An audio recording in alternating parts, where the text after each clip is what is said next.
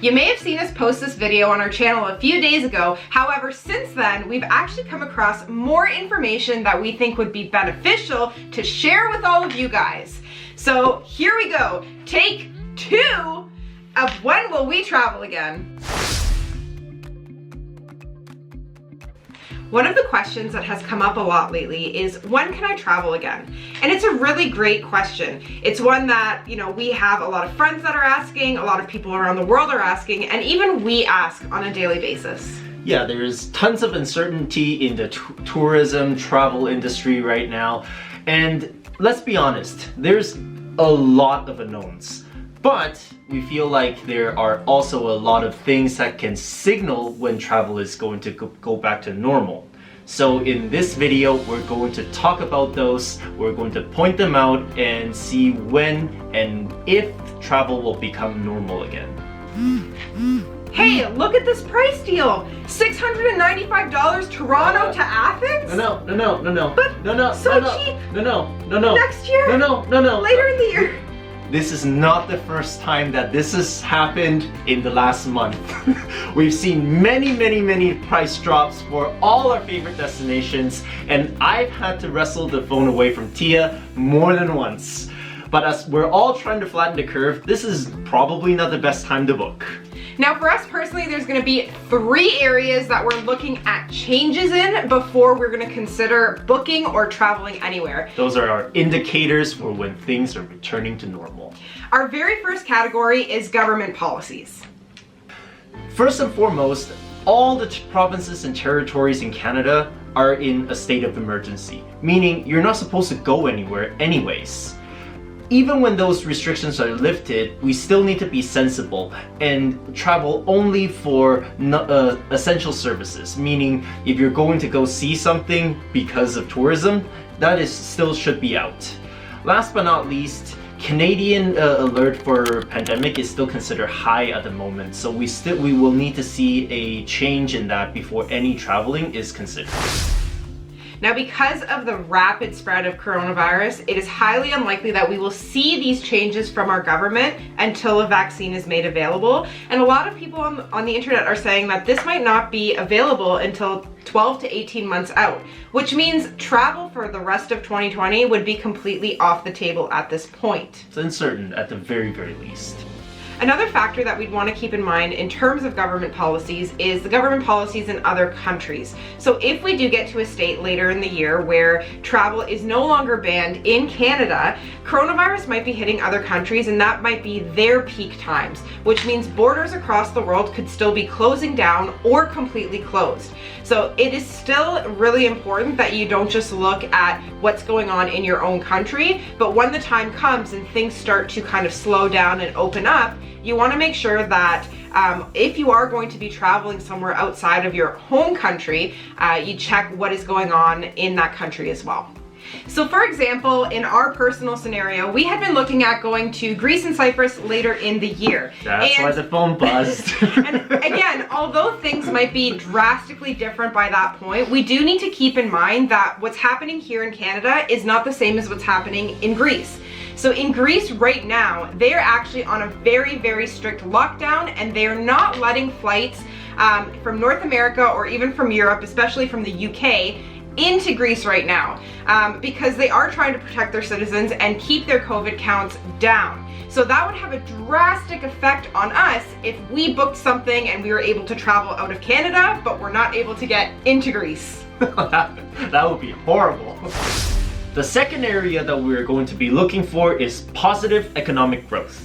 There are 2 main factors in this. The first one is the reopening of what's deemed non-essential businesses. These things like retail and dining where you eat in, these are the businesses that we're looking for.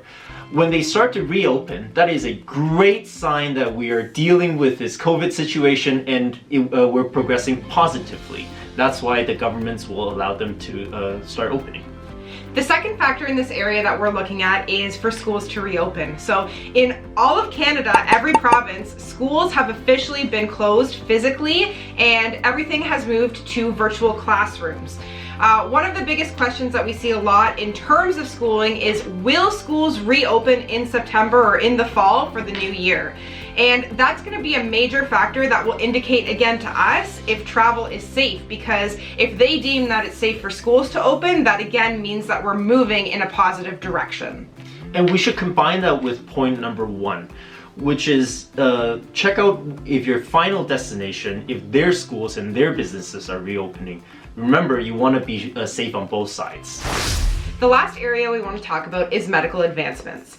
This has been talked a lot in the news, and a lot of people are saying that life will not return to normalcy until we see some sort of treatment or vaccine for COVID-19. And we agree. This is going to be a very important pillar or kind of milestone before we can see travel happening again. Now, that doesn't mean that you can't plan. We still look at destinations we might want to go to, plan for certain scenarios, just so that we're ready. But at the end of the day, until we see that vaccine or treatment, we won't be traveling anywhere. Yep. So when do we think that travel is going to be restored? Not until all 3 of those points have been clearly checked off, meaning 12 to 18 months when the vaccines come back into play. That's kind of our guess at it. Another thing we'd like to point out is the change in travel trends. We think once travel is restored, we're going to see a bit of a difference in how we were traveling prior to the pandemic versus post-pandemic. We think a lot of highly touristy destinations will not be traveled to quite frequently, and that people will actually instead opt to go to less populated areas, maybe big national parks, not as popular destinations. We also think that the cruise ship industry is going to take a large hit. There's going to be a lot of people who are probably going to be very uncomfortable with the thought of going on a cruise ship shortly after the pandemic, in fear of, things picking back up. This is a trend that we did see back with SARS and with the economic downturn, so it's probable that it will happen again. The last thing that we might also see is that people try and stay local. Stay within your own province, state, country, for many reasons. People might be a little uneasy about traveling abroad during this time, and staying in your own country might be a little less intimidating. A lot of people are also wanting to stay local in order to support local, because all of our economies have taken such a big hit during the pandemic that giving money back to your local economy will help it pick back up. And last but not least, a local weekend trip is just easier to plan. So that could be a good thing to have in the back of your mind for when things open up and you can book it quickly. For example, we booked a vacation just for us. It's one that we were not gonna film. It's a cabin in the woods in Quebec, the next province over. That is something that is good to keep in the back of our minds and maybe book it up when we feel a little bit more comfortable with traveling. Similar ideas to weekend trips like this. Obviously, check Airbnb for things that are around you. You could even look at doing camping trips if any national or provincial parks are opening up in your area. They might be limiting the amount of people that can actually camp. I know that's something that actually came up in Toronto, question to Doug Ford for us. I'm assuming it's probably something that people around the world are asking. Day trips are also a great way to get out of the house and explore once we're allowed to do that. And last but not least, if you're really, really aching to get on an airplane, you could always travel domestically within your own country, similar to what we were doing for our Canadian Travel Challenge. So this brings us to our last question. Is it safe to book a trip for later this year? Personally, we are not going to be booking anything, and we don't recommend booking anything that's non-refundable. However, as we mentioned earlier, we are still planning, and we plan on different use cases. So we talk a lot about if the pandemic ends by the end of the summer, we will probably go on a trip in October to November, and we've already chosen the destination that we'll probably go to. We have another scenario where if this does not end until next year, we have other destinations that we would plan to go to early 2021. So what do you guys think? Are you guys planning a trip? Do you have a trip planned? Or you just think that we're completely off? Let us know in the comments below.